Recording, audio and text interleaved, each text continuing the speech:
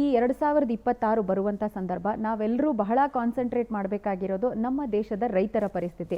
ರೈತರಿಗೆ ಯಾವ ರೀತಿಯ ಫಲ ಉಂಟಾಗುತ್ತೆ, ನೈಸರ್ಗಿಕವಾಗಿ ಆಗಿರ್ಬೋದು, ವ್ಯಾಪಾರ ದೃಷ್ಟಿಯಿಂದ ಆಗಿರ್ಬೋದು, ರೈತರಿಗೆ ಏನು ಫಲ ಇದೆ? ಇನ್ನೊಂದು ಪ್ರಜ್ವಲ, ಇವಾಗ ನೀನು ರೈತರು ಅಂದರೆ ತುಂಬ ಸಂತೋಷ, ನೀನು ಬೇರೆ ಹೊರನಾಡು ಅಂತ ಹೇಳ್ತೀಯ, ಭಾಳ ಸಂತೋಷ. ಏನು ಅಂದರೆ ನೀರು ಪ್ರದೇಶ ನೀನು ನೋಡಿ. ರೈತರಲ್ಲಿ ಏನಾಗ್ಬಿಟ್ಟಿದೆ, ಬಹಳ ಜನ ಪಕ್ಕದ ಮನೆಯವ್ನು ಟೊಮೆಟೊ ಹಾಕ್ತಾನೆ, ನಾನು ಟೊಮೆಟೊ ಹಾಕೋಣ, ಅವ್ನು ಅವರೇಕಾಯಿ ಹಾಕಿದ ನಾನು ಅವರೇಕಾಯಿ ಹಾಕೋಣ, ಅವ್ನು ಕಬ್ಬು ಹಾಕಿದ ನಾನು ಕಬ್ಬು ಹಾಕೋಣ. ಇಂಥ ತಪ್ಪು ಕೆಲಸ ದಯವಿಟ್ಟು ದೊಡ್ಡ ಕೆಲಸ ಮಾಡ್ಕೋಬೇಡಿ. ಈಸಲಿ ಮಾತ್ರ ಕರೆಕ್ಟಾಗಿ ನೀವೆಲ್ಲ 4 ವರ್ಷ ತಲೆ ಇಟ್ಕೊಳ್ಳಿ. 1.25 ವರ್ಷ ಮಳೆ, ನೀರು, ಬಿರುಗಾಳಿ, ಸಿಕ್ಕಾಪಟ್ಟೆ ಫ್ಲಡ್ಸು, ನೀರು ಸಮೃದ್ಧಿ ಜಾಸ್ತಿ ಆಗ್ಬಿಡುತ್ತೆ. ಸ್ವಲ್ಪ ಬರುತ್ತೆ ಸಂತೋಷ, ರಾಗಿಗೆ ಓಕೆ. ಅದಾದ್ಮೇಲೆ ಜಾಸ್ತಿ ಆಗತ್ತೆ, ಪ್ರವಾಹ ಜಾಸ್ತಿ ಆಗತ್ತೆ, ಉಕ್ಕಿ ಹರಿಯುತ್ತೆ, ಎಲ್ಲ ತುಂಬಿ ತುಳುಕ್ತಾ ಇರತ್ತೆ. ಸೊ ನಿಮಗೆ ಅಗತ್ಯಕ್ಕಿಂತ ಜಾಸ್ತಿ ನೀರು from May, June, July, August, September, October, November ಅಂದರೆ ಮುಂದಿನ ವರ್ಷದಲ್ಲಿ 2026ಕ್ಕೆ ಏನಿದೆ, ದಯವಿಟ್ಟು ಹೇಳ್ತಾ ಇದ್ದೀನಿ, ಮೇಯಿಂದಾನೇ ಶುರು ಆಗಿಬಿಡುತ್ತೆ ನೀರುಗಳ ವಿಶೇಷತೆ. ಸೊ ಗುರು ದೊಡ್ಡ ಗ್ರಹ, ಜ್ಞಾಪಕ ಇಟ್ಕೊಳ್ಳಿ. ಶನಿ ಪಕ್ಕದಲ್ಲಿರ್ತಾನೆ, ಅವನು ನೀರು, ಚಳಿ, ಥಂಡಿ. ಸೊ ನೀರಿನ ಜೊತೆಗೆ ಚಂದ್ರನೂ ನೀರಿನ ಗ್ರಹ. ಅದಾದಮೇಲೆ ನೇರ ದೃಷ್ಟಿಯಲ್ಲಿ ಬುಧನ್ ನೋಡ್ತಾನೆ. ಬುಧ ಅಂದ್ರೆ ಏನು, ಬಾವಿ, ನೀರು, ಎಲ್ಲ ಕಡೆ ಬರೀ ನೀರಿರುತ್ತೆ. ಸೊ ಅದರಿಂದ ನೀವು ಹಾಕ್ಕೊಳ್ಳೋದು ರೈತರಿಗೆ ಒಳ್ಳೆ ಸಮೃದ್ಧಿ ತರಕಾರಿಗಳು.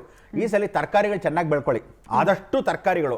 ಸ್ವಲ್ಪ ಮಟ್ಟಿಗೆ ನಾನು ಮೊದಲೇ ಹೇಳ್ತಿದ್ದೆ, ಏನು ಹೇಳ್ತಿದ್ದೆ ಗೊತ್ತಾ ಪ್ರಜ್ವಲ, ನೀನು ದಯವಿಟ್ಟು ಒಂದು ಸ್ವಲ್ಪ ತರಕಾರಿ ಹಾಕೊಡ್ರಪ್ಪ ಅಂದರೆ, ಇಲ್ಲ ನಮಗೆ ವ್ಯಾಪಾರ ಆಗಬೇಕು, ಅಡಿಕೆ ಹಾಕೊಂಡಿದ್ದೀವಿ, ಅಯ್ಯೋ ತೆಂಗಿನಕಾಯಿ ಹಾಕೊಂಡ್ಬಿಡಿ. ಅದು ವಾರ್ಷಿಕ ಜೀವನ, ಒಂದ್ಸಲ ಬಂತು, ದುಡ್ಡು ಇಟ್ಕೊಂಡ್ಬಿಟ್ಟೆ.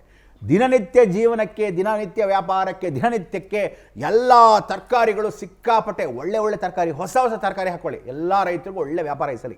ಆಮೇಲೆ ಯಾರ್ಯಾರು ಮೊಳಕೆ ಕಾಳುಗಳು ಅಂದರೆ ಎಲ್ಲ ರೀತಿಯಾದ ಕಾರ್ನ್ಸು, ಮುಸ್ಕಿನ ಜೋಳ ಆಗ್ಬೋದು, ಹುರುಳಿ ಆಗ್ಬೋದು, ಅಥವಾ ವಿಶೇಷವಾಗಿರ್ತಕ್ಕಂಥ ಹೆಸರು ಕಾಳು ಆಗ್ಬೋದು, ಎಲ್ಲ ಕಾಳುಗಳಿದೆಯಲ್ಲ, ಬೇಳೆಗಳೆಲ್ಲ ಕಾಳುಗಳು. ನೀವು ಫಸ್ಟ್ ಕಾಳು ಚೆನ್ನಾಗಿ ಮಾಡ್ಕೊಂಡ್ರೆ ಬೇಳೆ.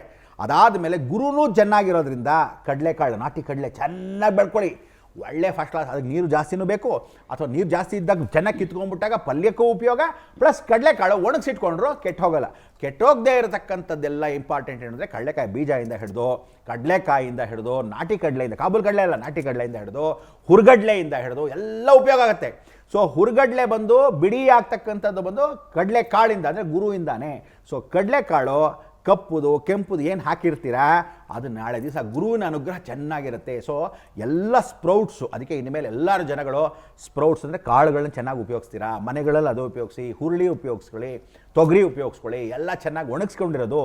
ಎರಡನೇದು, ನಿಮ್ಮ ಗ್ರಾಮದಲ್ಲಿ ಬುದ್ಧಿ ಉಪಯೋಗಿಸಿ ಪ್ರತಿಯೊಂದು ಜಾಗದಲ್ಲೂ ನಿಮ್ಮ ಗ್ರಾಮ ದೇವತೆನ ಶನಿನ ಸ್ಮರಣೆ ಮಾಡಿ, ಬೀಜಗಳನ್ನು ಚೆನ್ನಾಗಿ ಕಾಪಾಡಿಕೊಂಡು ಏನು ಹಾಕ್ತೀರಾ ಬೆಳೆ ನೋಡ್ಕೊಂಡು ಹಾಕಿ. ಮಳೆ ಸಿಕ್ಕಾಪಟ್ಟೆ, ನೀರು ಜಾಸ್ತಿ. ಇದನ್ನು ಮೊದಲೇ ಯಾಕೆ ಹೇಳಿದ್ದೀನಿ ಅಂದರೆ, ನೀವು ನಿಮ್ಮ ತಕ್ಕಂತೆ ಯಾವುದಕ್ಕೆ ನೀರು ಬೇಕು, ಯಾವುದಕ್ಕೆ ಬೇಡ, ಏನು ಹಬ್ಬ ಈರುಳ್ಳಿ ಹಾಳಾಗೋಯ್ತು, ಟೊಮೆಟೊ ಹಾಳಾಗೋಯ್ತು ಅಂತ ನಾಳೆ ರೋಡಿಗೆ ಬಿಸಾಕೊಂಡು ಹಾಳಕ್ಕೆ ಹೋಗ್ಬೇಡಿ.